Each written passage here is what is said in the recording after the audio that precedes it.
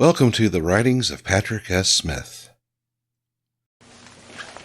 Hello, all. It's been a chaotic couple weeks. That's because it's been feels like a month since the last time I did this. Oh yeah, it's been a month. It's chaos has really been flowing hard. Because when I should have been doing the video, I was getting ready to take my daughter back up, my youngest back up to school for the next couple semesters, and a few other things just got in the way. Couldn't sit down and do the video. Well, I actually sat down, did it, and it was a quickie, and I didn't like it, and just we'll reshoot. Well, yeah, 2 weeks later we were reshooting. But yeah, it's been a weird. Just can't find the time to sit down and commit to something. But I have. Even with it being as weird, I was finally able to finish reading and beta reading Fire and Dreams by Cecilia Edgerton. The link will be in the description along with the name, so excuse me if I butchered it. And it was a good book, or a good story. This is something I would have loved to have seen 40 years ago when I was 45 years ago when I was 11 or 12. Just something about it was very gripping. Yeah, it was really drew me in, wanted to read it. Even with all the problems of it being an early, draft and beta. It was just you sort through it and you're going, oh, this could be really good. This is really good. There's something here. The core was excellent. I really. Like I said, I would love to have seen it when I was younger. So, don't know why it's taking this long, but no, just kidding. And speaking of beta reading, Kathy I've kind of conned her into alpha reading a few of my stories. Didn't take much work to get her to do the alpha read on A Dog in Death, because she likes For the Love of Death series, those stories. So, I got her a copy of A Dog in Death and waiting to see what her responses are on it. Because there are elements in there I think I need to add, and it's hard to judge your own work at times, so get her honest opinion on it. The other one is the full version of Helen and the Angel. Because I wrote the original short story, Helen and the Angel, several years ago with the intent of making it into a novella or novelette, a short standalone work, multiple stories together, and using that to springboard into a new storyline. But it's taken me a few years to get around to writing parts 2 and 3, which are now done. And they've actually gone through one set of revisions, so I figured, hey, let the wife take a look at it, because there's elements of the X-Files in there, and the original Charlie's Angels, and probably half dozen other classic TV series in that mix. So, I'm hoping she finds it enjoyable, or at least readable, and could see that somebody else would enjoy it.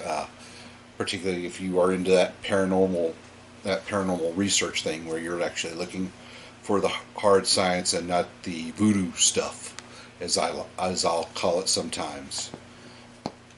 But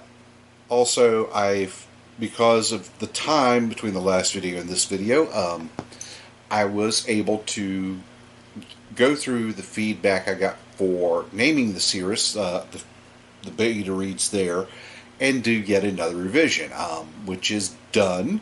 Now I want to do an audio recording of it just to see how the new version reads. There's one area I'm a little sticky about. I don't know yet. It adds an element to the story, but it's not a big element that could, it doesn't need to be there. But it's just, I don't know. I honestly don't know at this point. So let me do the read-through and see how it turns out from there. And in the past few weeks, the Poetry Muse has come to visit. she beat me over the head with a stick for a few days until I sat down and I made notes at least on 4 different poems, which I've now gone through and at least gotten a draft, if not a couple revisions done. You have snake oil, jars and fireflies, the algorithm, and the end is a lie. Or is it the lie is the end? Something like that. One of those two. So I'm hoping, now that they're, at least drafted, I can go back and try, play with the feeling, try to really grab that feeling I had with them. Some of them are, as you may guess just by the title, there's a little tongue-in-cheek in them, or a little whimsy. So others, a little bit more serious. So it's just going to be trying to capture those feelings and, bring them to life on paper. Which sometimes with poetry can be hard because you get a line and it just sits there for years and haunts you until you force it. Or I shouldn't say force it, but until you just really sit there and think about it really hard and, what were you feeling when that came to you? What was all about? And just then everything else kind of starts to fall into place.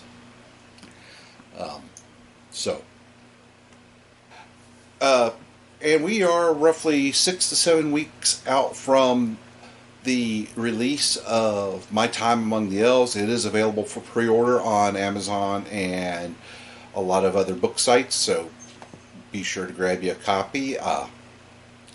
I'm thinking about trying to do something a little different on October 11th when it is released. I don't know yet.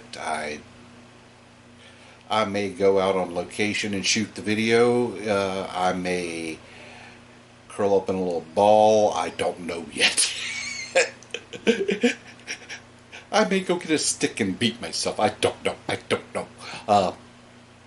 More when that gets closer.